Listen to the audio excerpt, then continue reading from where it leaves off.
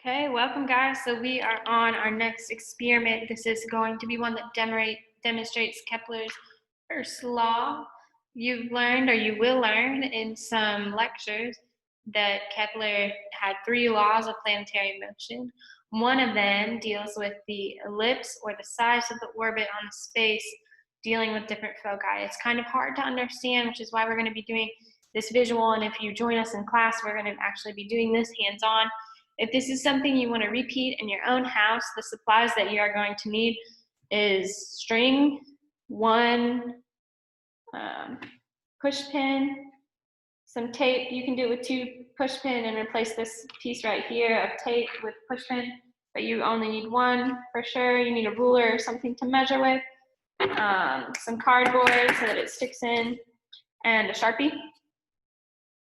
So our procedures for this lab, and this also found in your notebook. So you're going to place the cardboard backing under drawing paper. We're not going to use drawing paper. We're just going to draw on the cardboard. Near the middle of the paper, press two thumbtacks in the paper about 10 centimeters apart. So we've actually done 30 centimeters, and then we're going to change the centimeters each time. We're going to go down a little bit. Here, your thumbtacks act as the two foci, or the middle of a circle, right? We're going to learn in just a second that a circle is actually where the two foci are right on top of each other. As you move the two foci apart, it becomes more elliptical or egg-shaped, okay? So you're going to place the loop of your string over your thumbtack, which I've done here, while holding my pencil vertically inside the loop of string. I'm going to stretch the string until it's fairly taut. If you can, hopefully see my string right here. It's pretty taut, pretty tight, and I am going to draw with my marker the shape of the ellipse that will take place when the two foci are 13 centimeters apart.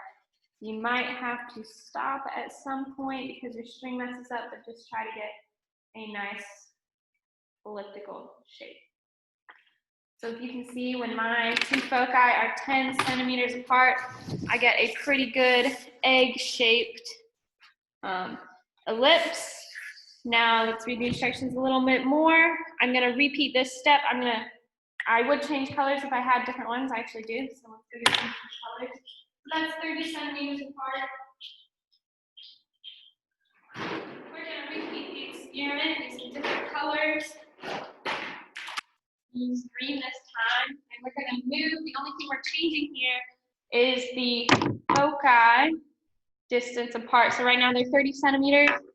Next, we're going to go to a little bit smaller. We're going to do 20 centimeters apart, which brings us to, let me flip my ruler here. 20 centimeters apart is right about here. Okay.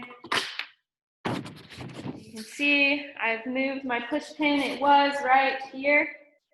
I moved it in 10 centimeters to right there. I'm going to repeat the process, create another ellipse, and see what this one looks like.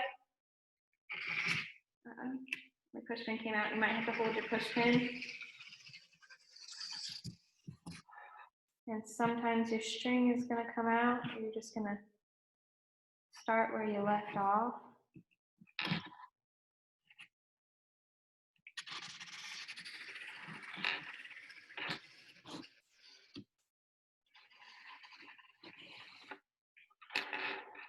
Okay. You can see the shape of my ellipse is changing. When they were 30 centimeters apart, we got a very nice egg shape. Now we're only 20 centimeters apart, and we're starting to get more circular. It's still egg shaped, but we're starting to get more circular. And lastly, we're going to repeat this again with a different color. I'm going to use red this time. We're going to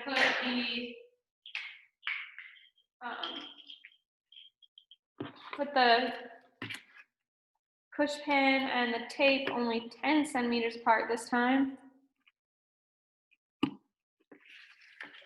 Okay. You can see here my foci for the black circle was right here and right here. My two foci for my green circles right here, right here. And now we're about to do a red circle and my foci is right here. My focus is right here. One focus is right here. Together they make a foci. You will make sure to hold on to that nice and tight.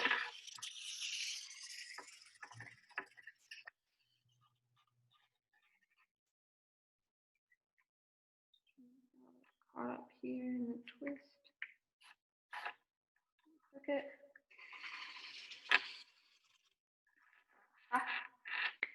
Okay, here we go.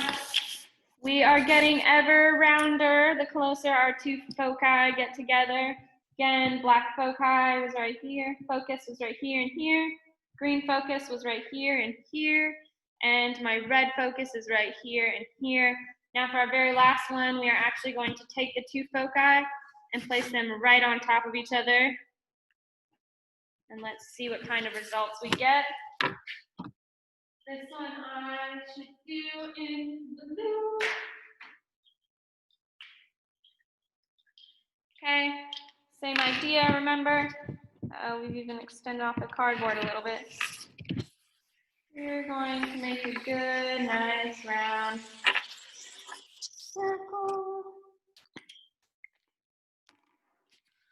And as you can see, my blue one, where my two foci are right on top of each other, actually makes a completely round circle, okay? So this is a pretty good close-up. So our black ellipse, these are all ellipses. When it's a perfect circle, it is called a circle. For my black ellipse, my foci was right, focus right here and focus right here. For my green ellipse, I had a focus right here and right here. For my red ellipse, I had a focus right here and here. And for my blue ellipse, they were actually right on top of each other. If you want a close-up of what you should be doing with your Sharpie, pretend my finger is a Sharpie and it'll go all the way around. And draw it. And recreate the green one if you'd like. We started here. We went all the way around. Okay. In our lecture, we talked about how this is how the planets move, right? So our planets orbit the sun actually in ellipses, but they are near close to perfect circles. So if you had an untrained eye, you would think that our planets orbit in a complete or perfect circle, but they do not.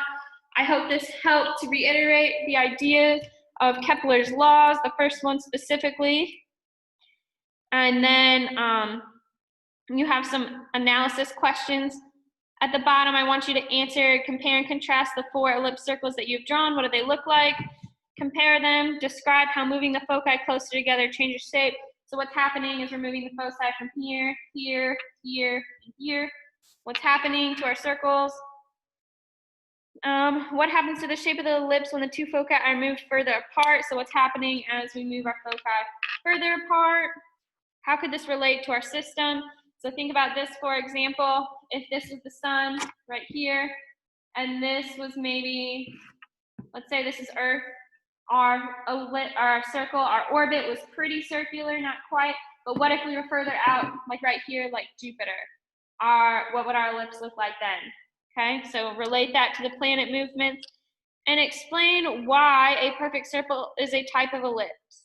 Why can we say that a perfect circle is an ellipse, but an ellipse is not always a circle?